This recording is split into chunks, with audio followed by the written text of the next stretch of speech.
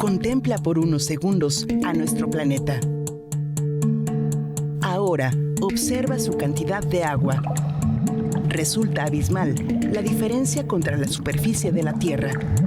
El agua para el planeta es el torrente sanguíneo que da la vida.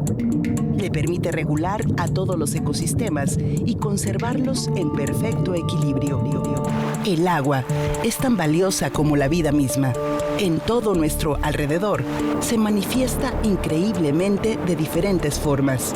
Congelada, en nubes, en la lluvia, en pequeños o grandes lagos, kilómetros de ríos, cascadas y en la inmensidad de los océanos. Lo podemos percibir como un recurso inacabable, pero es una idea errónea, porque no toda el agua es dulce. Según cifras de la ONU y la FAO, presentadas en su informe Agua para un Mundo Sostenible, el 97.5% está en los océanos y mares. El 2.5% es agua dulce, y de esta agua dulce, el 70% está en glaciares, nieve o hielo. El 30% son aguas subterráneas, de difícil acceso. Y menos del 1% es agua disponible para el consumo humano y ecosistemas. La subsistencia del agua dulce está siendo mermada por el desperdicio y la contaminación de la actividad humana. La influencia del calentamiento global sobre el cambio climático también está alterando su ciclo natural de renovación. Entonces, ¿estos cambios hidrológicos globales terminan con el agua dulce? ¿Qué impacto tienen sobre la humanidad y sus sociedades? ¿Detener el calentamiento global es la solución? La huella hídrica es la cantidad de agua necesaria para la producción de un determinado bien. Hoy en día entendemos claramente que estamos realizando un aprovechamiento casi irracional de un recurso que termina siendo limitado. Pero tenemos que entender que el ciclo del agua es nuestra vida. Sin ningún temor, sin ningún lamento, pues la mandamos directamente a los drenajes. Y así pues estamos echando a perder el funcionamiento del ciclo del agua, ¿no?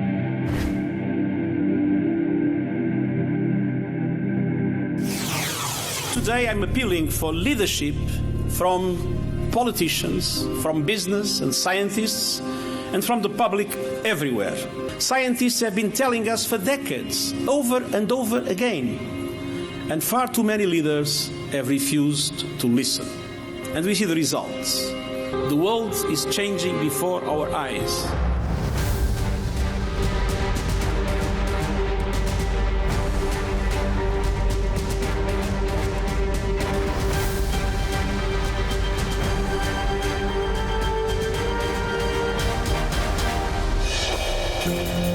En 6 episodios te mostraremos cómo el calentamiento global es el causante de los grandes fenómenos meteorológicos, los daños colaterales que están causando y los cambios socioculturales que está provocando.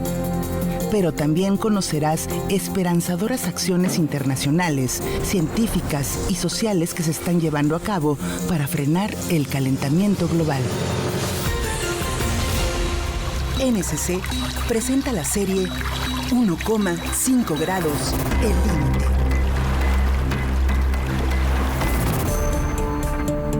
El agua, así como mantiene el equilibrio de la vida del planeta, también tiene el poder de acabar con ella.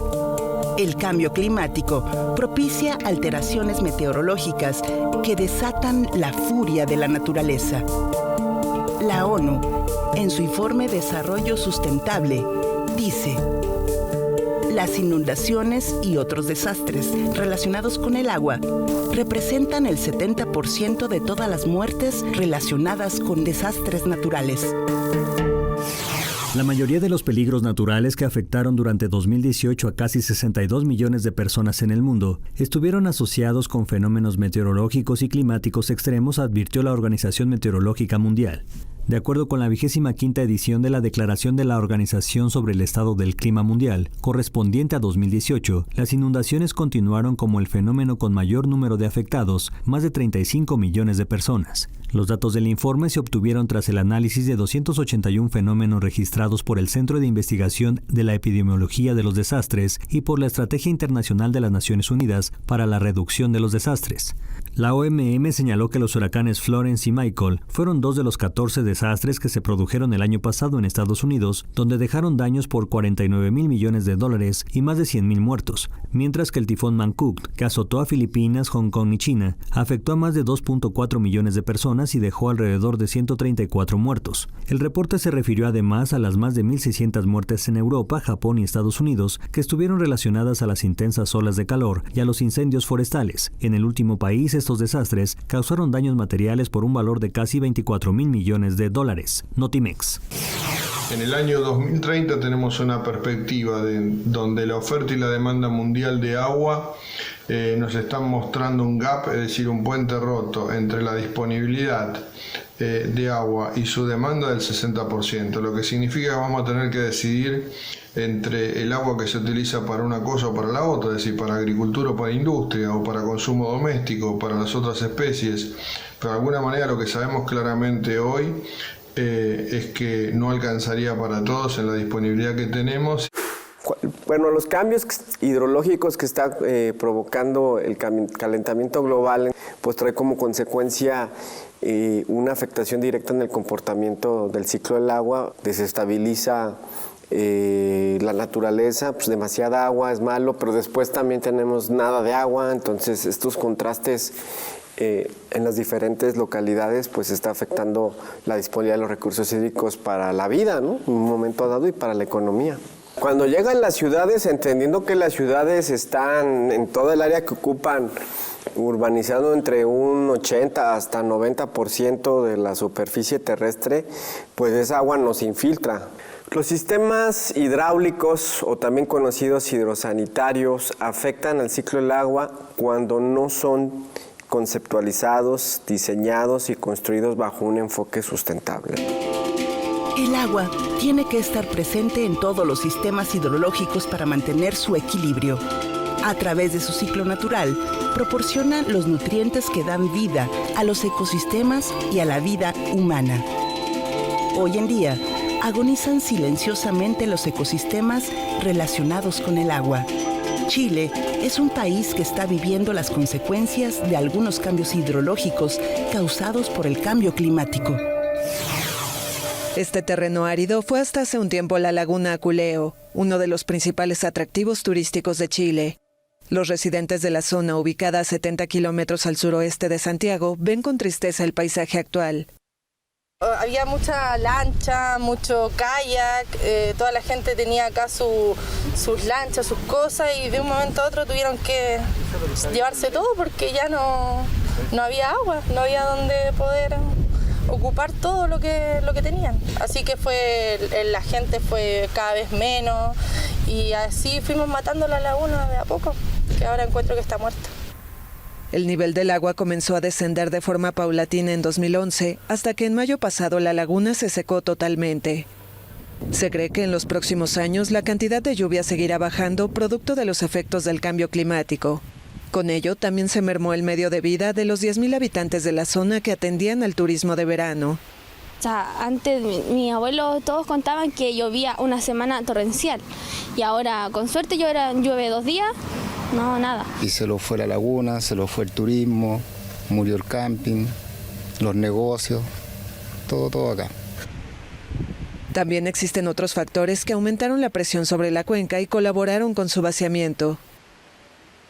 Hay actividades como la agricultura y como todo el desarrollo de proyectos inmobiliarios o de la misma población que ya existe, ¿cierto?, en torno a la laguna de Aculeo, asociado a proyectos turísticos, casas de segundas casas de la población de la zona de la región metropolitana, que configuran un escenario de demanda de agua bastante importante.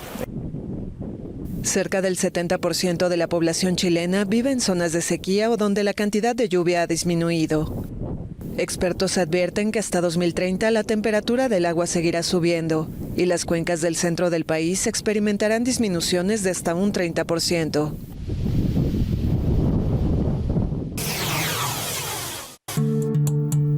La mayoría de las personas dan por sentado que hay agua, que nunca llegará a acabarse.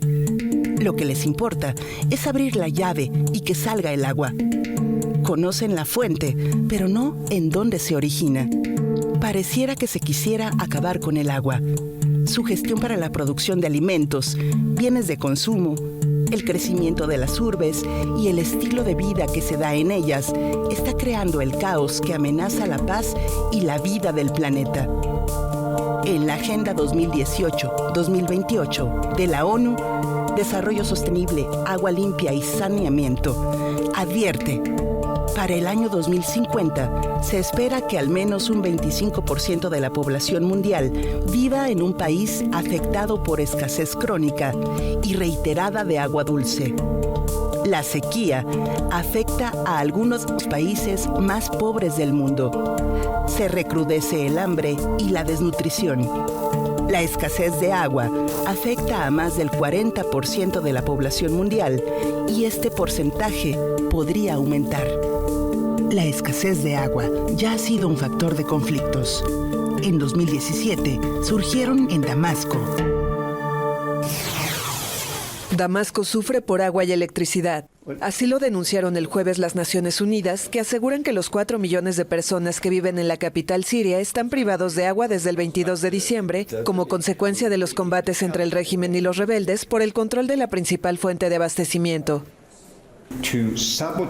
Sabotear y negar agua, claro que son crímenes de guerra, porque son los civiles quienes la consumen y quienes serán afectados por enfermedades relacionadas con el agua si esto no se resuelve.